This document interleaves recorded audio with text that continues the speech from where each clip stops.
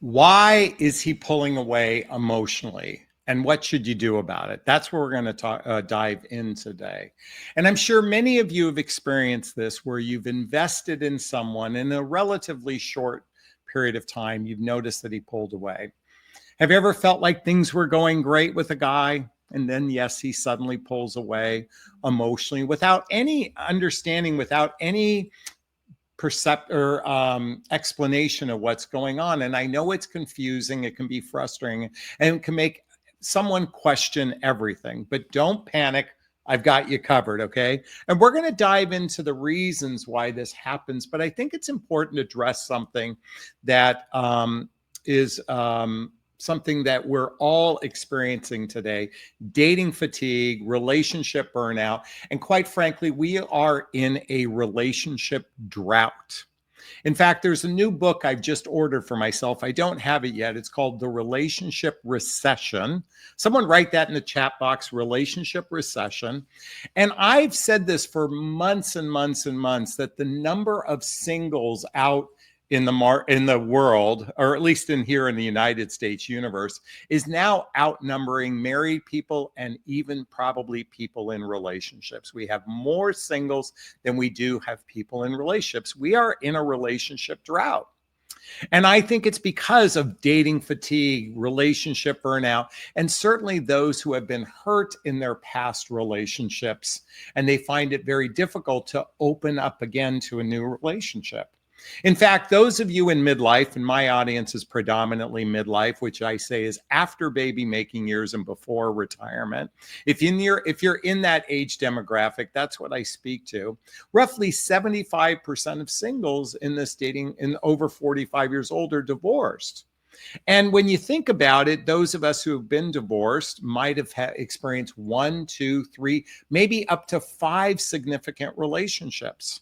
Now, when I say significant relationships, I'm talking about relationships that were, something where you two were building something together. You had reached that 3-month mark. You've been physically intimate with each other. You started to integrate into each other's lives. And then it ended for some reason, maybe because he suddenly pulled away. When we've had significant relationships, whether you're a man or woman, and it doesn't work out, it can wear on us emotionally. Let me repeat that. It can wear on us emotionally. And many people become gun shy, even bitter or jaded or reluctant. There's a whole movement of men going their own way. There's a group of women who are saying, I'm done with relationships. I mean, that's why that number of the single population is increasing.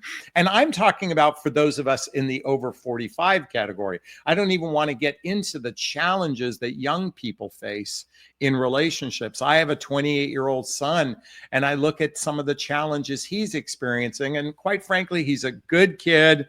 I think as a parent, I can speak to that, or at least I'm biased in that way. But I know he's a good young man. And he struggles meeting people that are in alignment with him, that are in a good place, that they can actually build something together. And I think younger people are experiencing this. And this is why marriage rates it's taking much longer for younger people to get married, even start a family. And there's a significant percentage of younger people that aren't going to get married. And not that we are talking about marriage per se, but I'm talking about a significant relationship. And so ask yourself, have you found yourself in several significant relationships? And have you healed from your past relationships? Well, when a man suddenly pulls away, it's oftentimes for the reasons I'm about to share with you right now. You see, with relationships, it comes a level of emotional responsibility. Now, we can dismiss this as being something that should be easy, but the fact of the matter is, if a person's love cup is rather empty emotionally, maybe just enough to cover themselves, they may not have enough to give to another relationship. And that's why they pull away on an emotional level for some of the following reasons I'm about to share. The most common reason amongst men is fear of commitment. That's the classic panic moment where he questions if he's really ready to go deeper. Now, I know this is radically frustrating because men typically come on strong, because when we're on the hunt for physical intimacy. It puts blinders on us, and it makes us radically unaware of the deeper levels of commitment required to sustain a relationship. And I know this is confusing because it might seem like he's going to promise the world. If someone promises the world in the first 90 days of getting to know you, chances are he is amped up on lust or limerence. And he may not have the capacity to lean into a healthy, happy relationship. See, okay, listen. Here, I'm going to pull out my chart for those that are familiar. These are my three types of people actively dating. By the way, the bottom says this is not a fact, it's merely an opinion. I say 20% of the population are users. Those are the people that seek short-term gain. Love bombers, players, gold diggers, entitled people. They only care about themselves. And while I say 20% of the population are grower builders, they seek long-term commitment, they have their act together, they have a level of emotional maturity, most everybody falls into the category of what's known as spenders. They seek companionship, connection, and sex, but they have no direction. They have uncertainty. Oftentimes the ground underneath them isn't solid, and the reason why they're called spenders is that they'll spend time with you without any level of commitment. And I know it sucks because listen, I've fallen into that category many times in my life where I've wanted companionship, connection, and physical intimacy, but my capacity to lean into a relationship can be rather challenging because of where I'm at in my life. And I'm speaking about men in general. Where they're at in their life may make it difficult for them to go to that next level of commitment. Why they fear commitment, because relationships come with it a level of emotional responsibility. We can't get around this. And we can't underplay this, because the minute, and I know you ladies, well, when we're in love, we should just magically give up our entire lives because that's what unconditional love does. Listen, unconditional love is for our children, okay? Those are probably the closest thing on the planet where we'll ever experience unconditional love. And yes, some couples might experience it, but the reality is love and commitment are two different things, okay? And so let me just say this. I know you can criticize men to say, well, they must be stronger. They must be more confident. They must give me everything I want. Well, just remember, there's a significant population of women who also have a fear of commitment. And there are men who are ready for a relationship, finding themselves with those types of women as well. So this isn't singular to men. This is true for men and women alike. Number two, life stressors, work, family issues, personal struggles that might have nothing to do with you, might cause someone to pull away emotionally. Let me tell you something. When you look at the scales, like a scales of justice, but you look at the scales, sometimes our life stressors can just be like a feather added to the scale, and it makes our love cup, our capacity to emotionally give, be almost like a vacuum to some degree. And that doesn't make them bad people. It could make the person compassionate, caring. You might be genuinely interested, but their cup, their scales have tipped over because of life issues. See, wedding vows were originally designed saying, look, we better or worse, richer or poor, sickness and health. But these days, we don't go in with that radical level of commitment for a variety of reasons. And we must understand that a relationship is a give and take. And quite frankly, let me just say this. If you're not entering into a relationship with somebody with intentionality, with real, like you're co-creating a relationship with intentionality.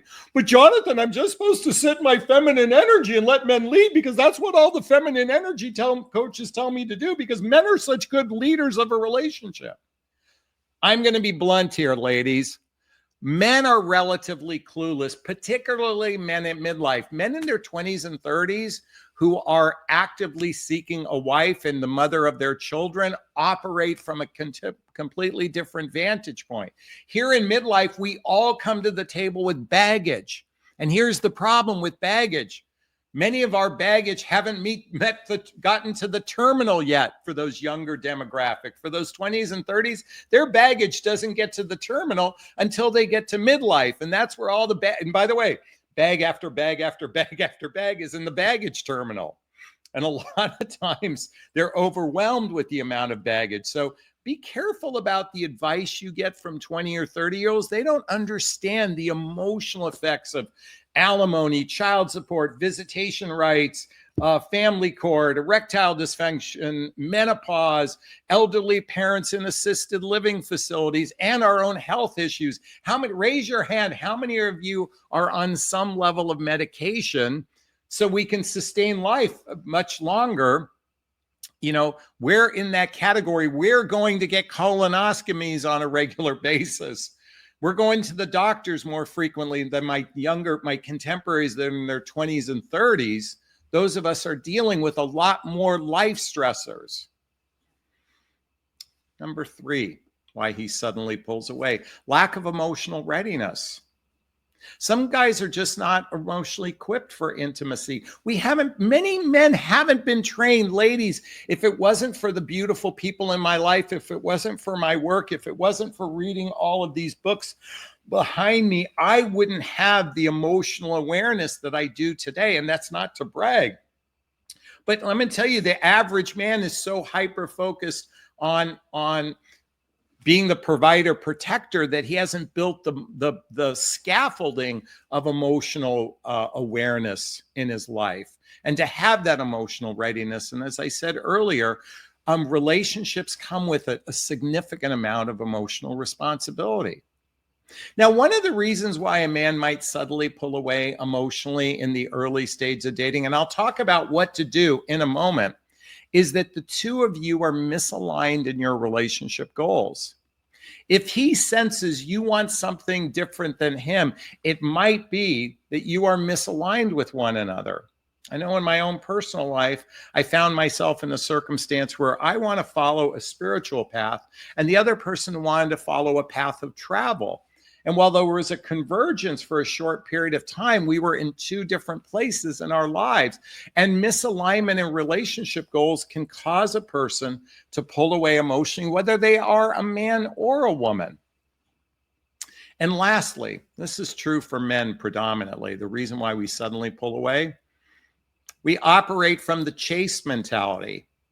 He may emotionally withdraw once the excitement wears off. And I'm really sorry, but it sucks that the reason why it's called chemistry is there's chemicals being released in our brain into our bodies that amp us up. We have been so indoctrinated in believing that chemistry equals relationship success. It's one of the reasons why the divorce rate for first-time marriages ended up over 50%, and second and third marriages at a higher rate, because we are fucking clueless. We operate from the wrong premise entering into relationships, and particularly, and I'm guilty of this. I am so guilty of that chase. I can't tell you. It's like the shark's eyes roll back, the teeth come out, and I'm like, I just want to eat. And then once that chase is over, all of a sudden, it's like, why don't I like this person anymore? It's called post-nut, what's it called? Post-nut clarity. Someone put that in the chat box. Please forgive me. You're going to want to Google this. It's not very attractive, but it's called post-nut clarity. All of a sudden, once we ejaculate, all of those feelings that we have disappear. I can't tell you why this happens. You might want to talk to a biologist. You might want to contact the Kensington Institute the Kinsey Institute, to find out why this happens from a biological standpoint, but it does. So what can you do when this happens? Well, first off, if a man pulls away emotionally, don't panic, and please don't chase. Let me repeat that. Don't panic and don't chase. The worst thing you can do is overwhelm him with questions or pressure or chase him. Folks, I know it can be emotionally devastating to give your heart to someone, to get attached to someone. Oftentimes, many of us get attached in a very insecure, unhealthy way. If you're not familiar with these two books, Attached by Amir Levine and Rachel Heller, and Getting the Love You Want by Harville Hendricks and Helen Hunt, I promise you, reading these two books will change your life. I am guilty of probably every relationship I've ever had. I've gotten attached in an insecure way, thinking it was healthy love. I invite you to look at your past relationships from an absolutely objective point of view, which is so hard to do because we human beings are so fucking egoic. We gaslight ourselves so often thinking we're perfect and it's always the other person's fault. I'm sorry to break the news to you. You're not perfect. Okay. And it's not 100% the other person's fault. We humans can get attached in an insecure way. It fucking sucks, but it's the truth. So if we can own this truth, we don't have to panic, and certainly please don't chase someone. Number 2, I wrote on my notes, give him space, but I'm not a fan of giving space. But what I would invite you to do is take that space for yourself while he's pulled away. And he's going to process his life, you process your life. But Jonathan, the other coaches tell me to brag about how wonderful my life is on social media. The book, The Rules, tell me to play these games. And if I play these games, he's going to magically come back. If I text him this, he will magically come back. It's all fucking bullshit. I'm sorry to tell you this. Yes, it temporarily works. Bullshit will temporarily work like a broken clock is right twice a day. But you're taking space. Even though I said give him space, you're the one taking space to nurture your soul, to really integrate. Because guess what? If it's not right for one person, it's not right for two people. This is why we have to do our due diligence. One of the things I teach in my private coaching, by the way, there's links below to schedule a discovery call with me. Listen, I'm going to tell you, ladies, it's the Hunger Games out there, okay? It's brutal, all right? Let's not candy coat this. My job is to put the odds in your favor. Now, I get calls each week from clients. Jonathan, I met a great guy. Jonathan, I met a great guy. Jonathan, I met a great guy. They know the difference because I teach you discernment, which is an empowerment tool. So again, right here's a link. Schedule a call with me. It's worth the investment for 15 minutes to see if working with a coach is right for you. Number 3, what you should do is stay grounded in your life. Focus on what makes you happy. You know what? We should all be doing that. We should all be in our own lane anyway. And a relationship should add to your life, not be dependent about your happiness. And I am so guilty what I'm about to say to you, ladies, but we are suckling on the nipple of, I need you to love me so I can feel good about myself. Will you love me so I can feel good about myself? Will you care about me so I can feel good about myself? We are suckling on that nipple. It is so sad. Stay grounded in your life. Number 4, communicate directly, but briefly. When the time feels right, address it in a calm, non-confrontational way. Most of us have confrontational communication. If you haven't read the book, Nonviolent Communication by Marshall Rosenberg, I implore you, please, please, please learn from this book. Go to YouTube right now, type this in, start watching the videos. We are guilty of such shitty and crappy communication. But Jonathan, it's all the men's fault. Folks, ladies, you are so equally as bad at this. You all think you're wonderful. You are no picnic either. In fact, I work with women. I work predominantly with women. Do you know what they struggle most with? Identifying their feelings, articulating their feelings in a way that can be seen, heard, and understood, and then advocating in their needs without being demanding. And you wonder why. You're the ones going, it's his fault. No, and he's saying it's her fault. Actually, it's more like this. Men point the finger at women and women point the finger at men instead of looking in the mirror. And lastly, assess his efforts. Is he making effort to stay connected? Because if he doesn't, you deserve better. And by the way, if he's consistently distant or unwilling to communicate, it's not your job to fix him. Ladies, you guys are beautiful human beings. You see potential. You guys are, but you become enablers. You try to fix us. It's not your job to fix someone. It's your job to work on your own heart. And when you stand in your power and you start from the very beginning, if we could just throw out the bullshit, entertainment, romance-based way of dating and start operating from an intentional place, we will build the deep roots of trust early on that can build that foundation of a relationship so someone doesn't pull away, especially suddenly. Doesn't mean, hey, listen, some relationships aren't always going to work out. That's okay too. But it's sudden because you guys didn't build the deep roots of trust early on. And that's my invitation for all of you. Is this sinking in? Is this resonating with you? Please let me know if it is. Hit that like button. Please share this video with friends. Please subscribe to my channel so you can be notified of new videos. Hey, oh, I forgot to say, if there's something you want to share, post a comment below. I'd like to hear your thoughts. And if you want to connect with me directly, there's links below to schedule a discovery call with me to see if working with a coach is right for you. There's a link to join my group called Midlife Love Mastery. There's links to get all the books I recommend, to get my dating vows, which you have to read. All links